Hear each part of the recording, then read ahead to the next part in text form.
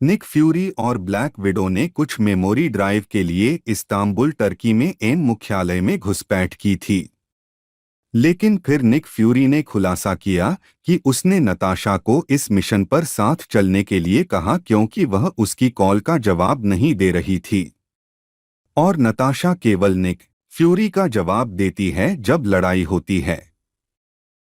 Nick Fury Natasha से कहता है कि वह एवेंजर्स के सदस्यों में से एक के बारे में बात करना चाहता है। तब हमने एवेंजर्स टॉवर में हल्क और हॉकाई को देखा। वे दोनों वीडियो गेम खेल रहे थे और हल्क छोटे बटन वाले गेम कंट्रोलर्स के बारे में शिकायत कर रहा था। हल्क ने कंट्रोलर तोड़ा और गेम हार गया।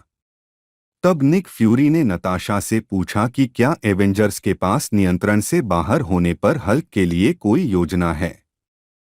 फिर नताशा निक फ्यूरी से उस चीज के बारे में पूछती है जो उन्होंने अभी चुराई है। तब निक फ्यूरी बताते हैं कि मोडोक गामा विकिरण के साथ प्रयोग कर रहा है और एक और हल्क बनाने की कोशिश कर रहा है। इसलिए वह पूछ रहा था कि एवेंजर्स के पास हल्क को नियंत्रित करने की कोई योजना है या नहीं।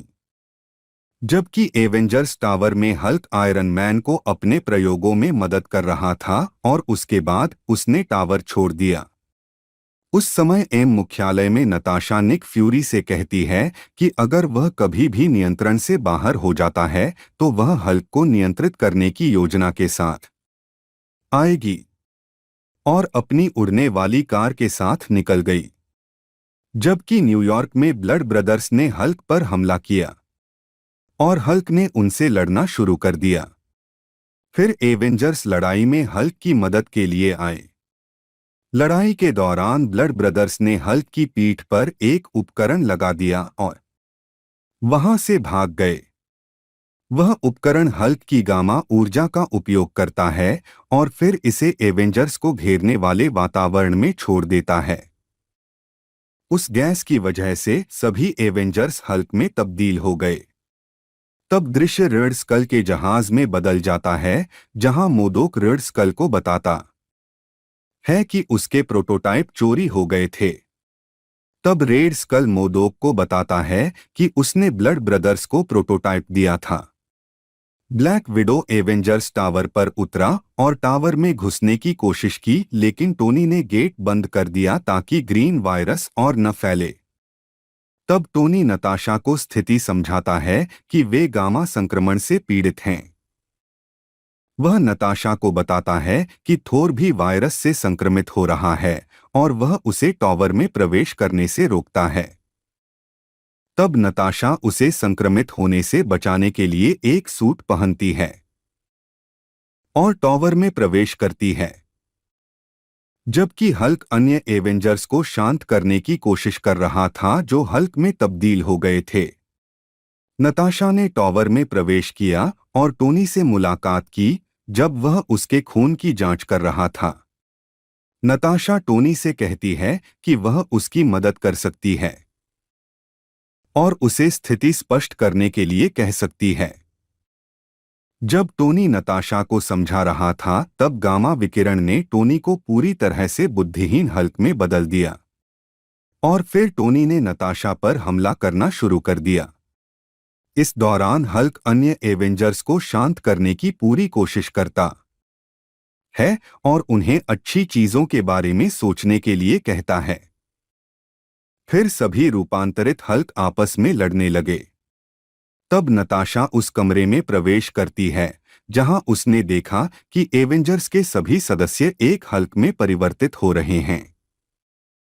हल्क ने नताशा को पकड़ लिया जबकि अन्य आपस में लड़ रहे थे।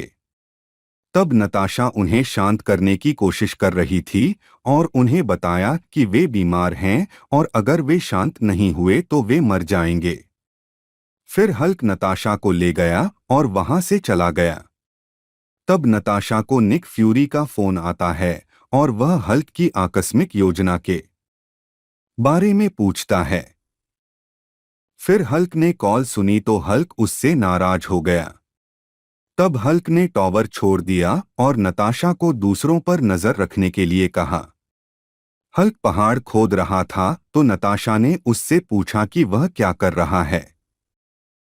हल्क ने उसे जवाब देने से इनकार कर दिया क्योंकि वह हल्क आकस्मिकता योजना बनाने और इसे गुप्त रखने के लिए उससे बहुत नाराज था। फिर हल्क नताशा से उसे सच बताने के लिए कहता है। नताशा ने उसे बताया कि आज से पहले वह भी सोचती थी कि हल्क एक प्रकार का राक्षस है जो किसी भी समय किसी पर भी हमला कर सकता है। लेकिन दूसरों को हल्क में बदलते और एक दूसरे पर हमला करते देखने के बाद हल्क इनमें से कुछ भी नहीं करता है, जिसका अर्थ है कि वह खुद को नियंत्रित कर सकता है। तब हल्क ने उसे उत्तर दिया कि वह हमेशा अपने नियंत्रण में रहता है। तब हल्क ने पहाड़ से एक दस्ताना निकाला और उसे नताशा को दिया और उसे बताया कि यह एक गामा एनर्जी साइफन है जो गामा वायरस को नष्ट कर देता है। बैनर ने इन दस्तानों को बनाया लेकिन हल्क ने उन्हें पहाड़ में छिपा दिया और उससे कहा कि इससे वे एवेंजर्स को उनके मूल रूप में लौटा सकते हैं। तब उसने उससे पूछा कि यह हल्क का क्या करेगा और हल्क ने उत्तर दिया कि यह उसे मार डालेगा। लेकिन सभी परिवर्तित एवेंजर्स टॉवर से मुक्त हो जाते हैं और हल्क और नताशा पर हमला करते हैं। फिर दस्ताने की मदद से वे पहले हॉकाई को ठीक करने का प्रबंधन करते हैं, लेकिन बाकी सभी ने मिलकर उन पर हमला किया और हल्क ने पूछा कि नताशा उस पर भरोसा करती है या नहीं। उसने हाँ कहा तो हल्क ने नताशा को एक पूल में फेंक दिया और उसे सड़कों पर मिलने के लिए कहा। तब सभी संक्रमित एवेंजर्स और हल्क लड़ने लगे। तब नताशा फैल्कॉन और कैप्टन अमेरिका को दस्ताने से ठीक करने का प्रबंधन करती है, लेकिन टोनी और थोर गामा विकिरण के पूर्ण स्तर पर थे। हल्क थोर से लड़ रहा था जबकि नताशा टोनी से लड़ने की कोशिश कर रही थी और हल्क ने टोनी के बारे में थोर को भड़काया और फिर थोर ने अपने हथौड़े से टोनी पर हमला किया जिसने टोनी को बाहर कर दिया तो नताशा ने उसे भी ठीक कर दिया। फिर अंत में नताशा थोर को भी ठीक करने में सफल हो जाती है। मोदोक रेड स्कल को बताता है कि मिशन विफल हो गया। तब निक फ्यूरी ने नताशा को स्थिति स्पष्ट करने के लिए कहा और नताशा ने कुछ शब्दों में संक्षिप्त स्पष्टीकरण दिया। फिर उसने नताशा से पूछा कि उसने रूपांतरित एवेंजर्स को कैसे ठीक किया।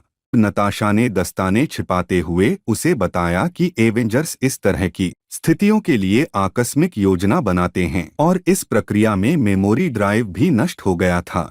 तब हल्क ने नताशा से पूछा कि क्या वह निक फ्यूरी को दस्तानों के बारे में नहीं बताएगी। तब नताशा हल्क से कहती है कि उसे नहीं पता कि ऐसा कोई दस्ताना मौजूद भी है।